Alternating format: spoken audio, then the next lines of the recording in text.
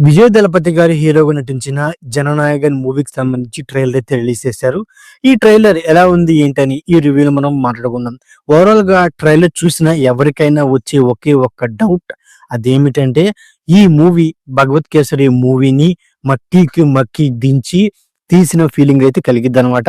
So trailer కూడా same అలాగే ఉండడం మూవీ మీద హోప్స్ అయితే తగ్గించిన ఫీలింగ్ అయితే కలిగింది.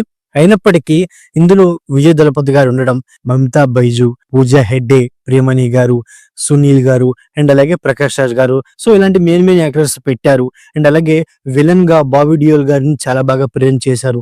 అండ్ అలాగే మూవీని ఒక బిగ్ స్కేల్ లో ప్రెజెంట్ చేస్తున్నట్టుగా ట్రైలర్ లో మనకు అర్థమైంది. అంతేకాకుండా మూవీలో ఒక పొలిటికల్ కి సంబంధించిన స్టోరీ కూడా ఉండబోతుందని ఒక ఫీలింగ్ అయితే కలిగింది అనమాట.